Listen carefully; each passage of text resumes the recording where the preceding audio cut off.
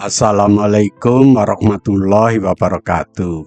Sahabat sehat, selamat bertemu lagi dengan Rumah Akreditasi. Rumah Akreditasi adalah rumah tempat kita belajar, bertanya, dan berdiskusi masalah akreditasi. Kali ini kita akan membahas tentang klaster 4 ya, tentang penanggulangan penyakit menular ya. Tutorial ini akan dipandu oleh Dr. Yanto, Surveyor FKTP.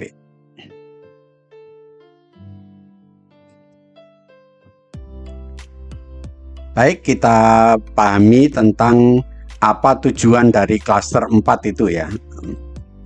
Jadi yang pertama, klaster 4 itu mempunyai tujuan melindungi masyarakat ya dari penularan penyakit ya. Jadi agar masyarakat tidak tertular ya oleh penyakit ya. Ini tujuan yang pertama. Kemudian yang kedua adalah menurunkan angka kesakitan ya, morbiditas ya, angka kecacatan ya, atau angka kematian ya akibat penyakit menular. Jadi dengan adanya klaster 4 ini diharapkan ya angka kesakitan, angka kecacatan, dan angka kematian dari penyakit menular itu akan menurun. Kemudian yang ketiga adalah mengurangi dampak sosial, ya, budaya dan ekonomi akibat dari penyakit menular, baik itu pada individu, keluarga maupun masyarakat. Jadi seseorang yang menderita penyakit menular itu bisa berdampak pada individunya, bisa berdampak pada keluarga, dan bisa berdampak pada masyarakat ya. Nah, itu akan dikurangi dampaknya ya dengan adanya klaster 4 ini.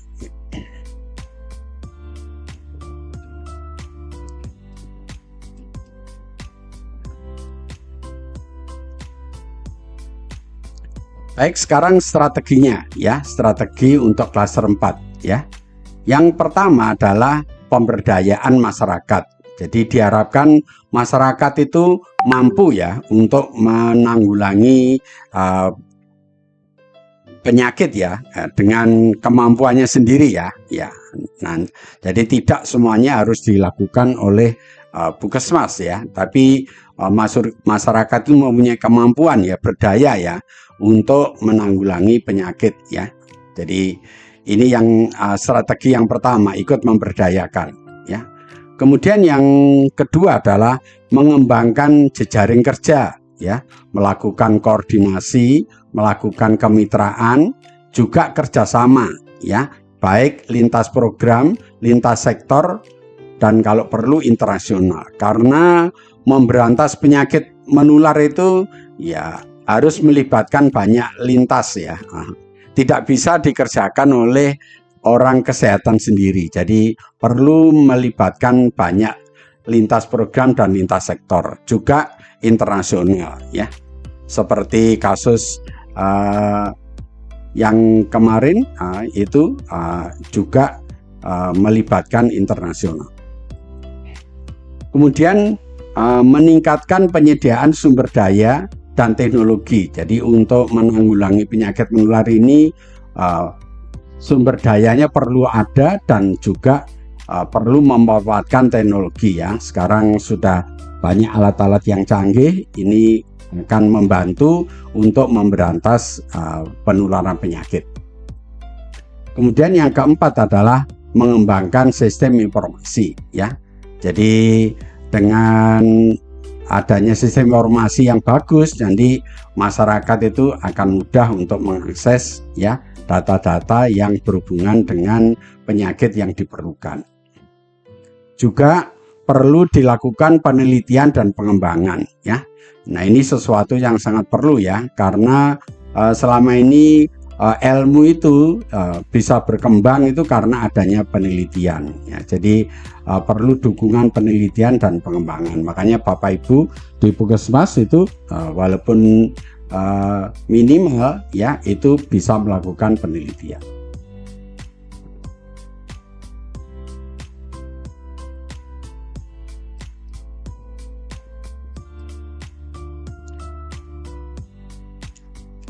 Baik, berikutnya tentang kegiatan klaster 4 ya. Jadi kegiatan klaster 4 apa saja ya. Yang pertama ya yang dilakukan di klaster 4 adalah promosi kesehatan ya. Ini masuk juga di klaster 4. Kemudian surveillance ya, pengamatan ya. Pengamatan tentang penyakit itu dilakukan di klaster 4. Kemudian pengendalian faktor-faktor risiko ya. Itu juga merupakan kegiatan klaster 4. Kemudian penemuan kasus ya. Kemudian kalau kasus sudah ditemukan, penanganan kasus ya. Dan berikutnya adalah pemberian kekebalan, imunisasi ya. Imunisasi juga masuk di klaster 4 ya. Kemudian pemberian obat untuk pencegahan secara massal ya. Jadi ini adalah kegiatan-kegiatan yang perlu dilakukan oleh klaster 4.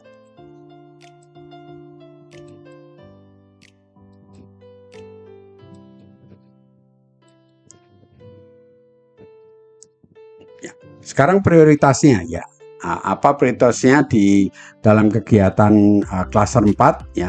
Yang pertama adalah penyakit endemis ya.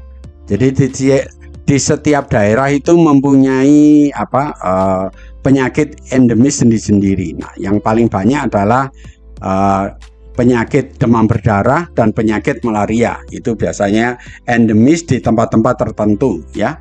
Kalau di Jawa itu umumnya penyakit demam berdarah, kalau yang di luar Jawa itu umumnya penyakit malaria. Ya. Juga penyakit menular yang potensial yang menyebabkan KLB ya, kejadian luar biasa atau terjadinya wabah ya. Di sini contohnya yang sering menimbulkan KLB itu adalah penyakit dengue ya, demam berdarah dan penyakit kolera. Dua penyakit itu sering menimbulkan KLB ya. Juga penyakit yang dapat menimbulkan angka kematian yang tinggi ya. Di antaranya adalah di sini rabies ya, penyakit anjing gila, kemudian tetanus neonatorum ya, ini terutama pada bayi ya, kemudian difteri ya, ini ada anak, dan TBC ya, ini sering menimbulkan kematian yang tinggi ya. Kemudian penyakit yang mempunyai dampak sosial, dampak ekonomi, dampak politik maupun dampak ketahanan yang luas ya. Contohnya adalah COVID yang kemarin itu sama flu burung ya. Itu juga memberikan dampak yang luas ya. Kemudian penyakit yang menjadi sasaran reduksi ya, penurunan atau eliminasi ya, juga merupakan eradikasi global ya. Di antara adalah penyakit yang dapat dicegah dengan imunisasi. Contohnya penyakit campak, penyakit polio, penyakit difteri, dan pertusis. Juga penyakit dengue ya, penyakit demam berdarah, dan penyakit malaria. Jadi ini adalah prioritas yang perlu dilakukan di klaster 4 ya, di samping penyakit-penyakit yang lain ya. Tapi ini prioritasnya.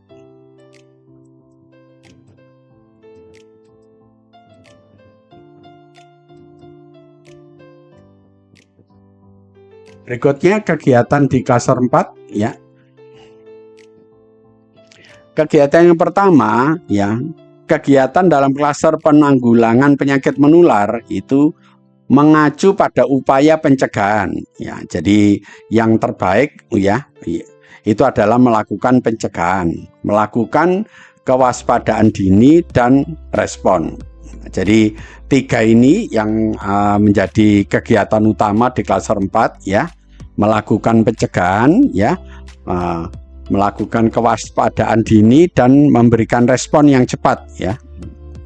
Ketiga upaya ini dalam pelaksanaannya diintegrasikan dengan ya klaster siklus hidup, yaitu klaster 2 dan klaster 3 yang didukung dengan laboratorium. Jadi klaster 4 ini nanti bekerja sama dengan klaster 2 ya, ibu dan anak, dan klaster 3 ya, dewasa dan lansia ya. Juga laboratorium, ini klaster yang kelima ya.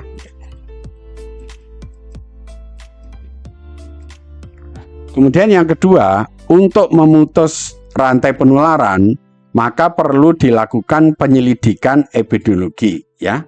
Nanti Bapak Ibu akan dibuatkan video tersendiri ya tentang PE ini ya, penyelidikan epidemiologi, sehingga nanti Bapak Ibu paham tentang apa itu PE dan bagaimana cara melakukan. Ini bertujuan untuk mengambil dan mengumpulkan data informasi kesehatan dari populasi rentan yang mungkin tertular ya, serta tempat-tempat yang diduga sebagai sumber penularan. Jadi nanti makanya Bapak Ibu harus paham tentang apa yang dimaksud penyelidikan epidemiologi dan bagaimana cara melaksanakannya ya. Nanti silakan ditonton di video tersendiri yang judulnya tentang penyelidikan epidemiologi.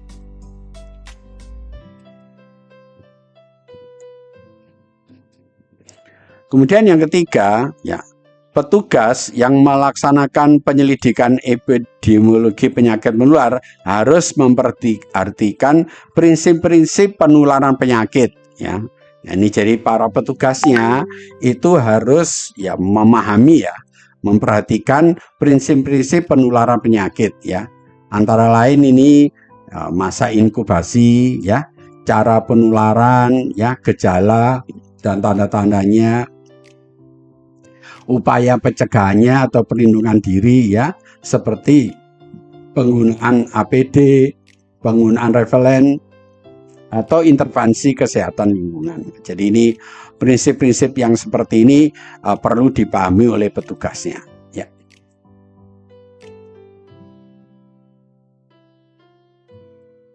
Berikutnya yang keempat, tindak lanjut dari penyelidikan epidemiologi oleh klaster 4 adalah tata laksana klinis kasus dan suspek serta pemberian terapi ya untuk pencegahan penyakit menular ya.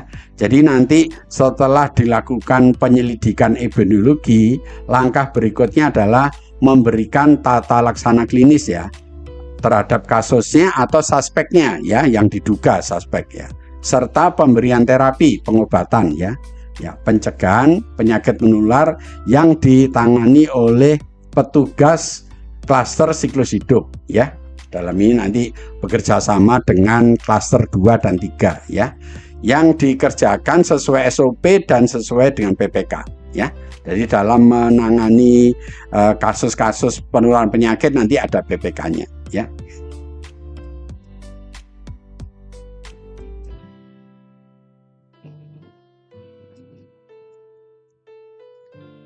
Klaster yang keempat, klaster 4 ini juga wajib melakukan pencatatan dan pelaporan ya terhadap kasus penyakit menular dan upaya penanggulangannya ya. Jika ada indikasi terjadinya KLB atau wabah ya, perlu segera dilaporkan ya. Di sini disebutkan jika ada indikasi terjadinya KLB atau wabah ya, itu harus dilaporkan paling lambat 1 kali 24 jam ya. Nanti apa itu KLB, wabah, dan bagaimana cara mengetahuinya nanti ada videonya tersendiri ya. Oke. Jadi yang perlu bahwa kalau Bapak Ibu mengetahui adanya KLB atau wabah, itu perlu segera dilaporkan dalam waktu 1 kali 24 jam.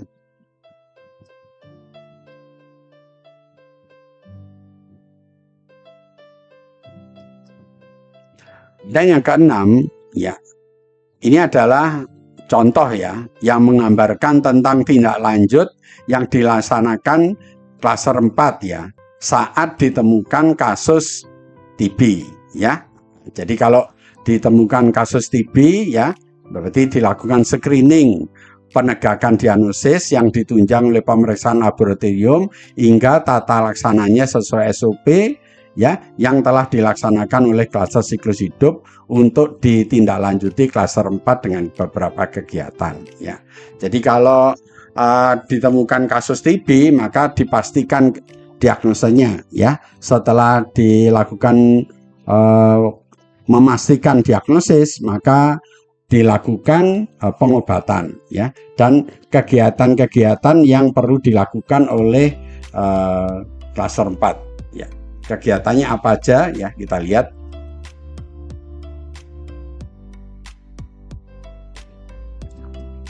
Ya. Yang pertama adalah memantau dan menganalisis PWS ya, pemantauan wilayah setempat ya, yang terkait beban penyakit dan cakupan TB ya. Jadi nanti perlu dibuatkan pemantauan ya, monitoring ya, pemantauan wilayah setempat PWS ya, ini ya. Kemudian berikutnya merencanakan dan melaksanakan tindak lanjut yang diperlukan ya. Setelah dilakukan PWS pemantauan, perlu direncanakan dan dilakukan tindak lanjut ya. Jadi kalau dari hasil pemantauan ya itu ditemukan masalah, dilakukan analisis, dibuat rencana tindak lanjut. Dan lanjutnya ini bisa bekerja sama dengan Pustu ya, sebagai jaringan di desa, atau melakukan investigasi ya, kontak ya terhadap kontak serumah atau kontak yang erat ya. Ini bisa dilakukan bersama-sama dengan kader posyandu ya. Juga melakukan pemantauan minum obat. Nah ini adalah contoh kalau ditemukan kasus TB itu kegiatannya seperti ini ya.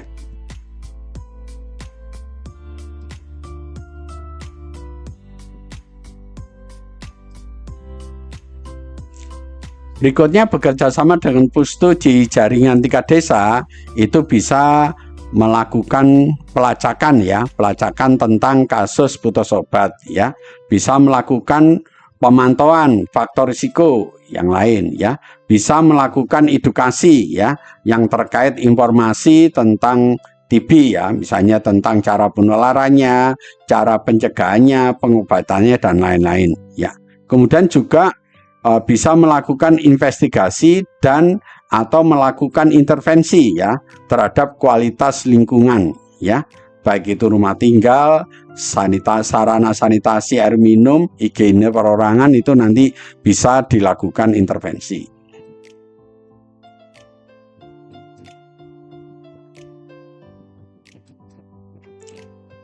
Juga bisa dilakukan kunjungan rumah ya. Kunjungan rumah ini bisa dilakukan oleh nakes ya atau oleh kader ya. Kunjungan rumah itu untuk penemuan kasus aktif ya dengan investigasi kotak ya. Juga pengawasan minum obat, apa selama ini obat sudah dilakukan dengan rutin atau belum ya. Juga pelacakan kasus putus obat ya. Kalau ada pasien yang terjadi putus obat ya itu juga perlu dilacak ya. Juga pemantauan faktor risiko ya, yang ada di daerah situ ada faktor risiko atau tidak ya. Kemudian edukasi ya yang terkait ya TB ya, misalnya edukasi tentang cara penularan, cara pencegahan, pengobatan dan lain-lain. Dan melakukan pencatatan dan pelaporan dari hasil kegiatan. Kemudian melakukan monitoring dan evaluasi pelaksanaan kegiatan. Jadi ini nanti Bapak Ibu bisa ulang lagi contoh ya kegiatan di klaster 4 jika ditemukan kasus. Cuma kasus yang diberikan contoh di sini adalah kasus TB ya.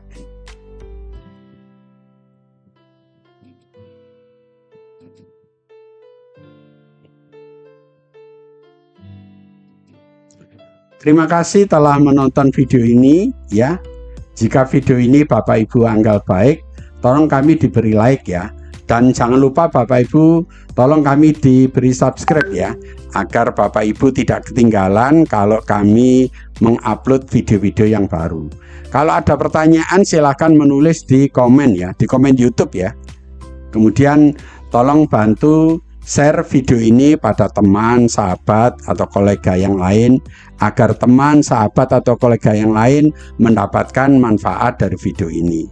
Lebih kurangnya saya mohon maaf ya. Mari kita akhiri tutorial ini dengan membaca hamdalah. Alhamdulillahirobbilalamin. Wassalamualaikum warahmatullahi wabarakatuh.